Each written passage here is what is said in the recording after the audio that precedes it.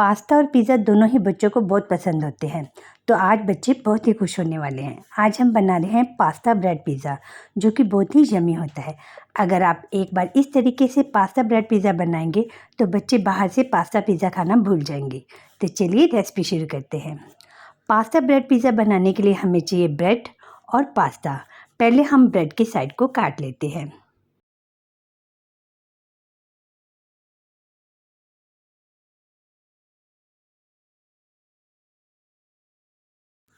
आप इन साइड को फेंकें नहीं, इसे ब्रेड क्रम्ब बनाने में यूज़ कर सकते हैं। अब हम ब्रेड में डालने के लिए पास्ता को सॉस के साथ मैरिनेट कर लेते हैं। अब एक बाउल में 2 टेबलस्पून मेयोनी लेंगे। 2 टेबलस्पून तंदूरी मेयोनी, ये होममेड तंदूरी मेयोनी है। इसकी वीडियो मैंने यूट्यूब पर डाल चुकी हूँ।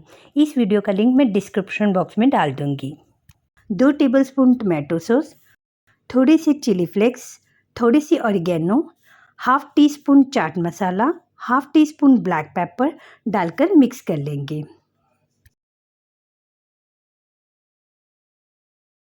अब पास्ता को इस मैरिनेशन में डालकर मिक्स कर लेंगे। इससे पास्ता का टेस्ट काफ़ी बढ़ जाता है।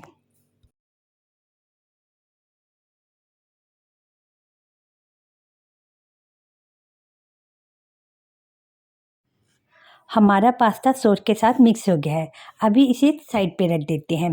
अब एक ब्रेड लेंगे और इस पर पिज़्ज़ा सॉस अच्छे से अप्लाई कर देंगे। पिज़्ज़ा सॉस आप कम या ज़्यादा अपने टेस्ट के हिसाब से लगा सकते हैं। मेरे बच्चों को पिज़्ज़ा सॉस ज़्यादा पसंद है, इसलिए मैं थोड़ी ज़्यादा लगा रही हूँ। अब इस पर एक एक करके पास्ता रख देंगे।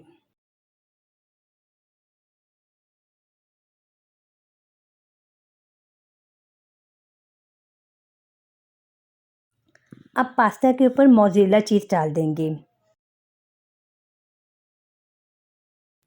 अब ऊपर से चिली फ्लेक्स, ऑरिगेनो और ब्लैक पेपर स्प्रिंकल कर देंगे। अब दूसरा ब्रेड इसके ऊपर रख देंगे और इस पर भी पिज़्ज़ा सॉस लगा देंगे।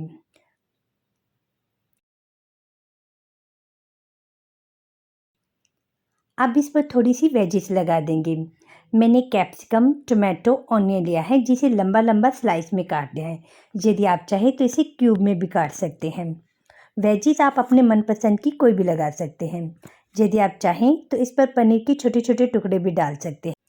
अब दोबारा से मैरिनेट किया हुआ पास्ता लगा देंगे।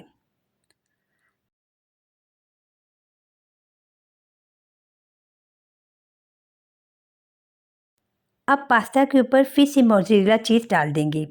पिज़्ज़ा में चीज़ थोड़ी ज़्यादा हो तो मज़ा आ जाता है, इसलिए आप चीज़ डालने में कंजूसी ना करें।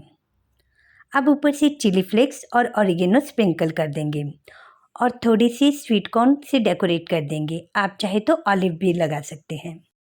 मैंने पास्ता ब्रेड पिज़्ज़ा को बेक करने के लिए बेकिंग स्टैंड पर रख दिया है।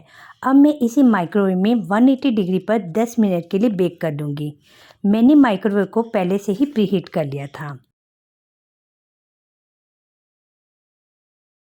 आप चाहे तो इसे पैन में या तवे पर भी बना सकते हैं। 10 मिनट हो चुके हैं। अब हम अपना पास्ता ब्रेड पिज़्ज़ा देख लेते हैं। वाओ! ये अच्छे से बेक हो गया है। ये काफ़ी चीज़ी और यम्मी लग रहा है।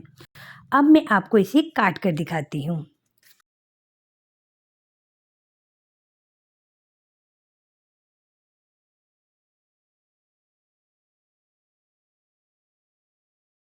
जैसा कि आप देख रही हैं, ये कितना बढ़िया दिख रहा है। हमने इसमें पास्ता मैरिनेट करके डाला था, जिससे कि पास्ता ब्रेड पिज़्ज़ा का टेस्ट काफ़ी बढ़ जाता है। तो आप भी इसे बनाइए और एंजॉय कीजिए। Thanks for watching.